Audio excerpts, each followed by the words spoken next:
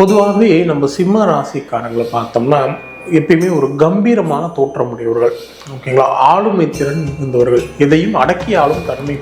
இப்போ எப்படி காட்டில் சிங்கம் தான் ராஜாவோ அந்த மாதிரி ராசிகளின் ராஜா அப்படின்னு பார்த்தோம்னா நம்ம சிம்ம ராசிக்காரங்க தான் சொல்லணும்.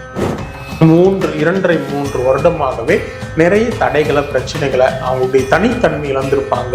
அவங்களுடைய வாழ்க்கையில நிறைய கஷ்டங்கள் அனுபவிச்சிருப்பாங்க. எதிர்மறை சிந்தனைகள் அதிகமாக இருக்கும். கணவன் மனை உறவுகளுக்குள்ள பிரச்சனைகள் வந்திருக்கும். வியாபாரத்துல கூட்டாளிகளால் பிரச்சனை வந்திருக்கும். எடுக்கும் முயற்சிகள்ல தடைகள், பிரச்சனைகள் அப்படின்னு நிறைய அவங்களுடைய தனித்தன்மையே அவங்களுக்கு விலகிருக்கும். அப்படின்ற மாதிரியான ஒரு சூழல்ல சிக்கியிருப்பாங்க. பொருளாதாரங்களையும் மிக நலிவடைஞ்சிருக்கு சூழலாம் ஏற்பட்டிருக்கும். உடல்ல பார்த்தோம்னா இடுப்பு எலும்பு, இந்த கழுத்து, இந்த மாதிரியான எலும்பு நரம்பு விஷயம் சம்பந்தப்பட்ட நோய்கள் அதனால பிரச்சனைலாம் வரக்கூடிய சூழல்லாம் ஏற்படும். சிம்ம ராசிக்காரங்களுக்கு இப்போ அஷ்டம சனி ஸ்டார்ட் ஆக போதுங்க. அஷ்டம சனி நல்லா இருக்குமா அப்படின்னா, எப்படி கடந்த காலங்கள் அந்த அளவுக்கு சரியில்லை, அந்த மாதிரி அஷ்டம சனியும் அந்த அளவுக்கு சாதகம் இல்லை அப்படின்னு தான் சொல்லுவோம். ஏன் அப்படின்னா அஷ்டம சனின்றது ரொம்ப இதை விட கொஞ்சம் நிறைய தடைகளையும் பிரச்சனைகளையும் எடுக்கும் முயற்சிகள் தடைகளையும் பிரச்சனை கொடுக்குறது. உடல் ஆரோக்கியத்தில் தேவையற்ற பிரச்சனை, எதிரிகளால் தேவையற்ற வீண் பிரச்சனைகள் வர்றது. அதே நேரத்தில் சின்ன சின்ன வாகன விபத்துக்கள் இதெல்லாம் வர வாய்ப்பு இருக்கலாம். கொஞ்சம் கவனமாக இருக்கிறது. மட்டன் சூப் இருக்கும். மட்டன் சூப் ஞாயிற்றுக்கிழமையில இவங்க வாங்கி சாப்பிட்றதும் மற்றவங்களுக்கு தானம் கொடுக்குறதுமே வாரம் செய்யலாம். மட்டன் சூப் வாங்கி சாப்பிட்றது, மற்றவங்களுக்கு தானம் கொடுக்குறது, இது உங்களுக்கு ஒரு சிறந்த பரிகாரமாக நிச்சயம் இருக்கும்.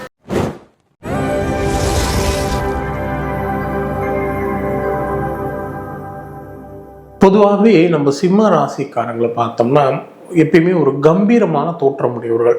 ஓகேங்களா? ஆளுமை திறன் இருந்தவர்கள், எதையும் அடக்கி ஆளும் தன்மை கொண்டு. இப்போ எப்படி காட்டில் சிங்கம் தான் ராஜாவோ அந்த மாதிரி ராசிகளின் ராஜா அப்படின்னு பார்த்தோம்னா நம்ம சிம்ம ராசிக்காரங்க தான் சொல்லணும். ஸோ யாருமே இவங்களை அடக்க முடியாது. எப்படி என்ன யாரா இருந்தாலும் யாருக்கும் தலை குனிந்து கீழ்படிந்து போக மாட்டாங்க. மற்றவர்களை இவங்க கீழ்படிய வைப்பாங்க. ஓகேங்களா? அந்த மாதிரி தன்மை உடையவங்க சிம்மராசிக்காரங்க. ஆனா இந்த சிம்மராசிக்காரங்களை பார்த்தோம்னா கடந்த ஒரு 2.5-3 வருடமாகவே நிறைய தடைகளை, பிரச்சனைகளை, அவங்களுடைய தனித்தன்மை இழந்திருப்பாங்க. அவங்களுடைய வாழ்க்கையில நிறைய கஷ்டங்கள் அனுபவிச்சிருப்பாங்க. எதிர்மறை சிந்தனைகள் அதிகமாக இருக்கும். கணவன் மனை உறவுகளுக்குள்ள பிரச்சனைகள் வந்திருக்கும்.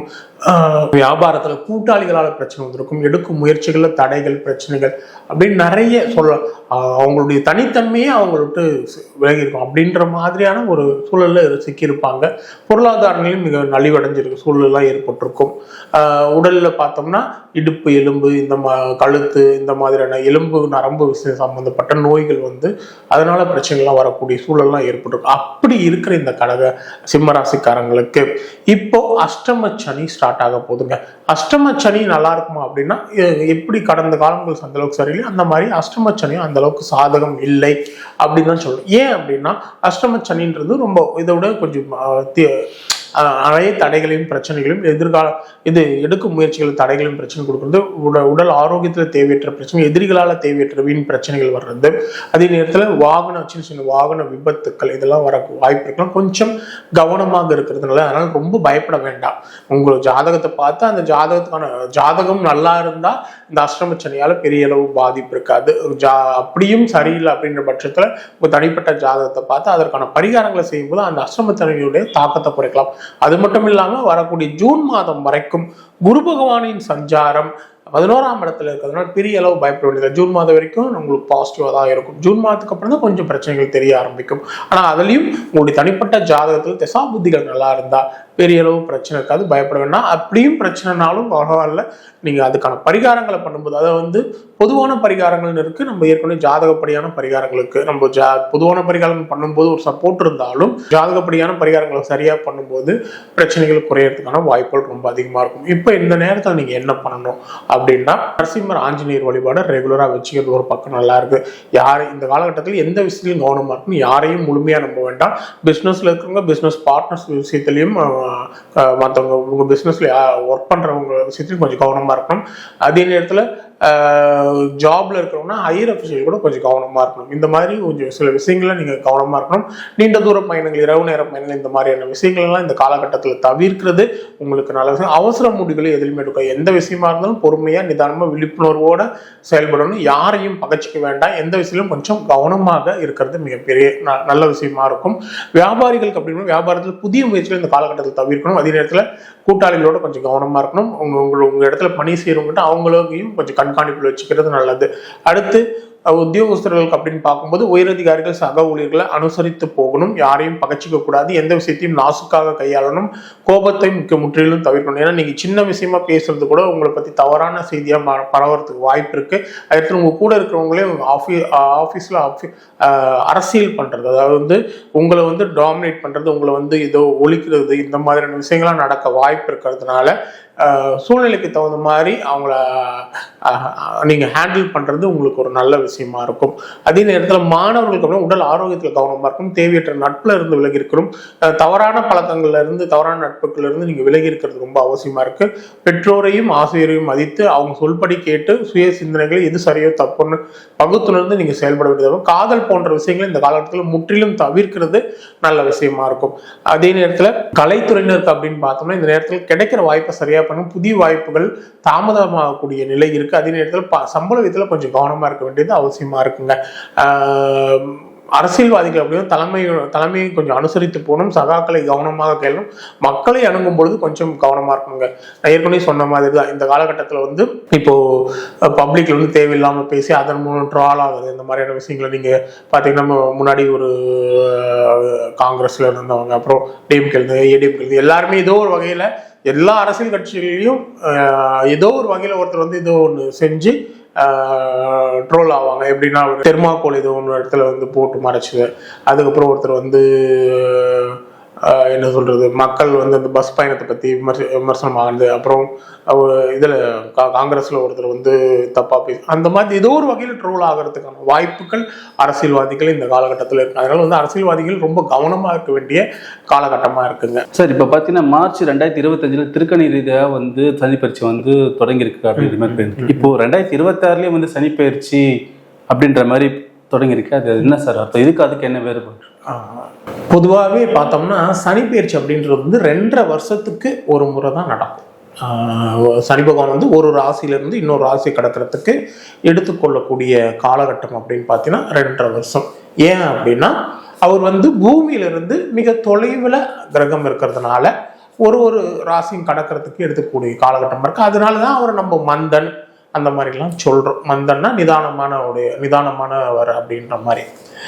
இப்போ பார்த்தோம்னா ஒரு ரீசெண்டா ஒரு சில நேரங்கள் இப்போ முன்னாடி இதுக்கு முன்னாடி இந்த கொரோனா காலத்துல சனி பயிற்சியில கொஞ்சம் டிலே வந்தது. எப்படின்னா பஞ்சாங்க ரீதியா 2 வகையான சனி பயிற்சி இருக்குங்க. ஒன்று வாக்கிய பஞ்சாங்கம், இன்னொன்று திருக்கணித பஞ்சாங்கம். வாக்கிய பஞ்சாங்கம் அப்படின்றது என்னன்னா அந்த காலத்துல ரிஷிகள் முனிவர்கள் அவங்க வாக்கியத்துல பாடல்களா, இப்போ கிரகநிலை இந்த வருடத்துல கிரகநிலை இந்த மாதிரி இருக்கும் ஒரு பாடல்களா ஒரு கணிதத்தை எழுதி வச்சாங்க. அதை பேஸ் பண்ணி வர்றது வாக்கிய பஞ்சாங்கம். அதை கோவில்கள்ல பாரம்பரியமா பயன்படுத்திட்டு வர்றதுனால அது கோவில்ல இப்போ திருநள்ளாறுல நடக்கிற சனிப்பெயர்ச்சி எல்லாமே மற்ற கோயில்கள்ல திருக்கொள்ளிக்காடு இதெல்லாமே சனிப்பெயர்ச்சி நடத்தினாங்கன்னா அவங்க பஞ்சாங்கப்படி வாக்கிய பஞ்சாங்கப்படியான சனிப்பெயர்ச்சியை தான் அவங்க எடுத்துக்குவாங்க. திருக்கணிதம் அப்படின்னா என்னன்னா அதாவது சயின்டிபிக்கா, அதாவது அந்த காலத்துல கோள்களை இந்த மாதிரிலாம் இருக்குன்னு சொல்லிட்டு ஒரு கணித முறையை கொண்டு வந்தாங்க.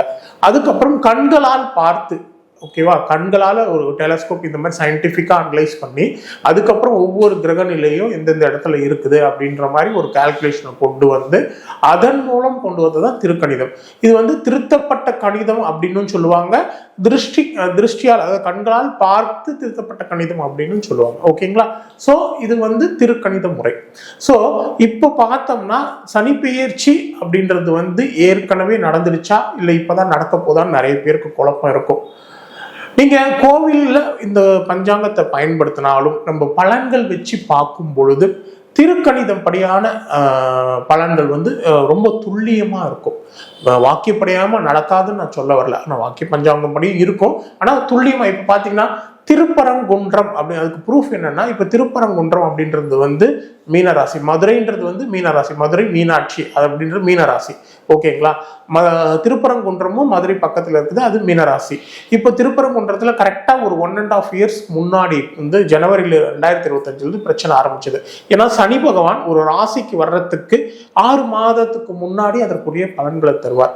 அதன்படி பார்க்கும் பொழுது மார்ச் மாதம் சனி பெயர்ச்சி, ஆனால் ஜனவரி மாசத்துல இருந்து திருப்பரங்குன்றம் பிரச்சனை அதிகமாகி அதன் மூலம் சில பிரச்சனைகள் ஓடிட்டு இருக்கு. அப்போ சனி அங்க வந்துட்டதுனாலதான் திருப்பரங்குன்றத்துல அந்த பிரச்சனை உருவாச்சு. ஸோ இந்த மாதிரி தனிப்பட்ட முறையில மீனராசிக்காரங்களை பார்த்தீங்கன்னா, மீனராசிக்காரங்களை போய் கேட்டுன்னு வச்சா தலைவலி அதிகமா இருக்கு, மனக்குழப்பம் அதிகமா இருக்கா அப்படின்னு கேட்டோம்னா ஆமான்னு சொல்லுவாங்க. ஏன் அப்படின்னா அவங்களுக்கு ஜென்ம சனி நடந்துட்டு இருக்கு. ஸோ அதை வச்சு பார்க்கும் பொழுது திருக்கணித ரீதியான பலன்கள் மிகவும் அக்யூரசி கொடுக்கும். அதற்காக நம்ம வாக்கியத்தை நம்ம ஒதுக்கிட முடியாது. ஏன்னா அது பாரம்பரியமாக பயன்படுத்துறதுனால இப்போ நடக்கிற சனி பயிற்சி வந்து திருநள்ளாறுல நடக்கிற சனி பயிற்சி இந்த வருடம் மார்ச் மாதம் 6ஆம் தேதி நடக்குதுங்க. இது வந்து வாக்கிய ரீதியான சனி பயிற்சி. சரி சார், இப்போ வருடங்களை பற்றி நிறைய பயிற்சிகள் நிறைய வருதுன்னு தெரியும். ஆனா முக்கியமா இந்த சனி பயிற்சி மட்டும் அதிகமா எதிர்பார்த்து பார்க்குறோம். அதாவது ஆக்சுவலி வந்து ஒவ்வொரு கிரக பயிற்சியும் எதிர்பார்ப்புகள் உண்டு. எப்படின்னு பார்த்தோம்னா சனி பயிற்சி, குரு பயிற்சி, ராகு கேது பயிற்சி, இந்த கிரகங்களுடைய பயிற்சிகள் மட்டும்தான் மிகவும் தெளிவான, அதாவது வந்து எல்லாரையும் எதிர்பார்க்கக்கூடியது. ஏன் அப்படின்னா அது சில மாற்றங்களை ஏற்படுத்தி அந்த மாற்றங்களை நல்லா உணர முடியும். மற்ற பயிற்சிகள் இந்த சூரியன், சந்திரன், செவ்வாய் இதனுடைய பயிற்சி காலகட்டம்லாம் இப்போ சந்திரன்லாம் ஒரு 2.25 நாளுக்கு ஒரு ராசி மாறும், சூரியன் மாதத்துக்கு ஒரு முறை. ஸோ இந்த மாதிரிலாம் பண்ணும் பொழுது அதில் வந்து பெரிய அளவு மாற்றங்களை நார்மல் வாழ்க்கையில நம்ம அனுபவிக்க முடியாது. ஆனால் நம்ம ராசி பலன்களை சந்திரன் வச்சு டெய்லி ராசி பலன் எழுதும் போதும் அக்யூரசி வரும். பட் வந்து அதிகமாக எதிர்பார்க்கக்கூடியது அப்படின்னு பார்த்தோன்னா இந்த பயிற்சிகள் தான். அதில் சனி பயிற்சி ஏன் சார் அதிகமாக பார்க்குறோம் அப்படின்னா, அது ஒரு ராசியில் 2.5 வருஷம் இருக்கிறதுனால அதனுடைய நன்மையோ தீமையோ நீண்ட காலம் நீடிக்குது. அதனுடைய வழி அதிகமாக இருக்கும், இல்லை அதனால் வரக்கூடிய நன்மைகள் ரொம்ப அதிகமாக இருக்கும். அதனால தான் இந்த சனி பயிற்சியை மக்கள் ரொம்ப எதிர்பார்க்குறாங்க. ஓகே சார், இவங்களுக்கான பரிகாரங்களும் என்ன? இவங்களுக்கான நல்ல பரிகாரங்கள் அப்படின்ற பட்சத்தில் மட்டன் சூப் இருக்கும். மட்டன் சூப் வந்து ஞாயிற்றுக்கிழமையில இவங்க வாங்கி சாப்பிட்றதும் மற்றவங்களுக்கு தானம் கொடுக்கறதுமே வாரம் செய்யலாம். மட்டன் சூப் வாங்கி சாப்பிட்றது, மற்றவங்களுக்கு தானம் கொடுக்குறது, இது வந்து இவங்களுக்கு ஒரு சிறந்த பரிகாரமாக நிச்சயம் இருக்கும். நான் விஞ்ஞான ஜோதிடர் ஆம்பூர் வேல்முருகன். நம்ம வந்து ஜோதிடத்தில் நம்மளை சார்ந்து வரக்கூடியவங்களுக்கு நீங்கள் வந்து உங்களுடைய பிரச்சனைகள் ஏதேனும் இருக்குது அப்படின்னாலும், இல்லை உங்களுக்கு சனிப்பெயர்ச்சியால் பிரச்சனை வருது, இல்லை வேறு ஏதேனும் பிரச்சனை அப்படின்னாலும் உங்களுக்கு தனிப்பட்ட ஆலோசனை வேணால் நீங்கள் என்னை தொடர்பு கொள்ளுங்கள். உங்கள் ஜாதகத்தை பார்த்து உங்கள் ஜாதகத்தில் உங்களுக்கு இருக்கிற பிரச்சனைகளுக்கு சரியான பரிகாரங்களும் மற்றும் உங்களுக்கு தேவையான உங்கள் வாழ்க்கையில் மிகப்பெரிய வெற்றிகளை அடையிறதுக்கு உங்களுக்கு அதிர்ஷ்ட ரத்தினங்கள் இது போன்ற ஆலோசனைகள் வேணும்னாலும் நீங்கள் என்னை தொடர்பு கொள்ளுங்கள். உங்களுக்கு அனைத்தும் வகையிலையும் உங்களுக்கு நன்மைகள் செய்து தரப்படும். அதே நேரத்தில் பரிகாரங்கள், துல்லியமான பரிகாரங்கள், உங்கள் ஜாதகத்துக்கு ஒரு விஷயத்துக்காக நம்ம காண்டாக்ட் பண்ணும்போது அதுக்கான பிரச்சனை என்ன, அதுக்கு என்ன மாதிரியான பரிகாரங்கள் அப்படின்றது வந்து மிகவும் அந்த பரிகாரம் துல்லியமான பரிகாரம். அதன் மூலம் உங்களுடைய பிரச்சனைகள் நிச்சயம் தீர்க்கப்படும்.